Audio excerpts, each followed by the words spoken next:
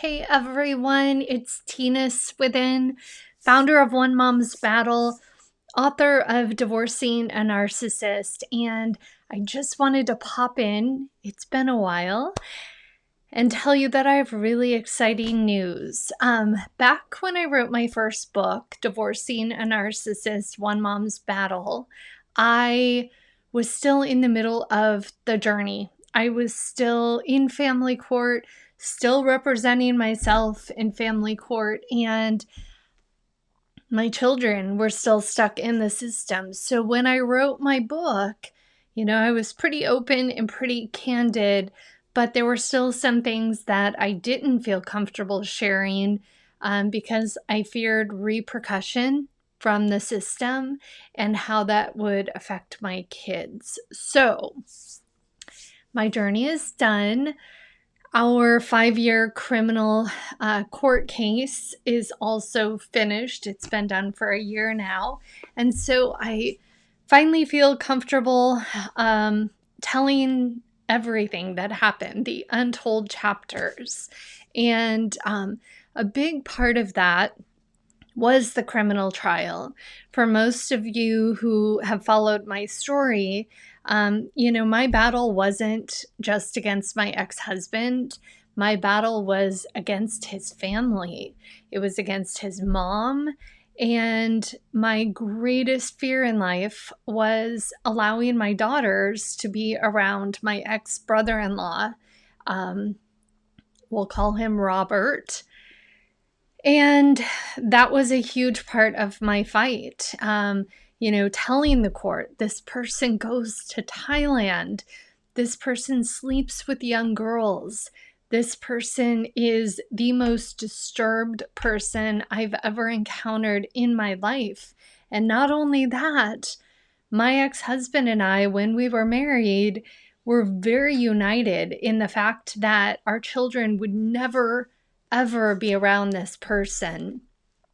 And like so many of you know, when the divorce starts, it begins post-separation abuse. And for so many of us, the abuse post-separation is worse than the abuse we suffered during the marriage or during the relationship. And the entire time you're with this person, they are scanning you. They are creating this type of mental spreadsheet of your greatest fears, your deepest wounds. And when the divorce process or the separation process starts, they go deep and they go for your jugular and they pull up all of those past wounds and your buttons and they go straight there. And in my situation, my ex-husband knew that my biggest button was his brother. And even though we were united in our decision to not take our kids around him, he knew that was the one way to hurt me the most. And so not only did he fight in court to be allowed to have my daughters around this person, he ended up moving in with this person.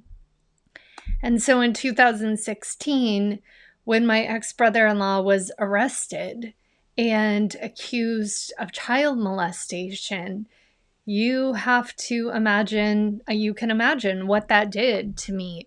The box that I had placed up on a shelf when I was finally successful in protecting my kids and we were safe. I had taken everything from the battle, I put it in the box, I set it up on the shelf, and when he was arrested, and the sheer magnitude of the allegations against him came out, I had a nervous breakdown. I ended up on my couch for many months, medicated in fetal position and barely functioning.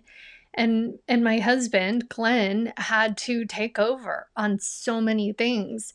I had been strong for so long throughout this battle, and there comes a point where you can only take so much, and all of that hit at once. So as I tell this story, after his arrest, through the 5-year criminal court system, which prioritizes predators' rights over victims.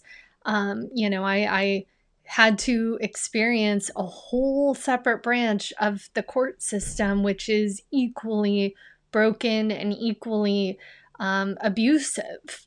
And so there were parts of this story that I was unable to write. And so that's where Glenn took over, just like he did in the criminal case.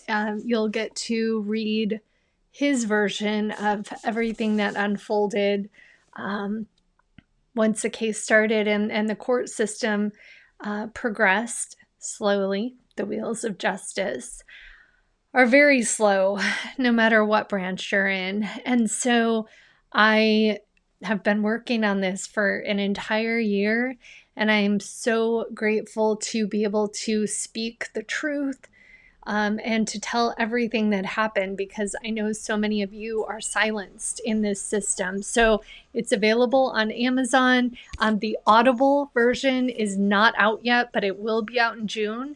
You can get it now on Kindle and in paperback. I'll put the link below. Take care, everyone.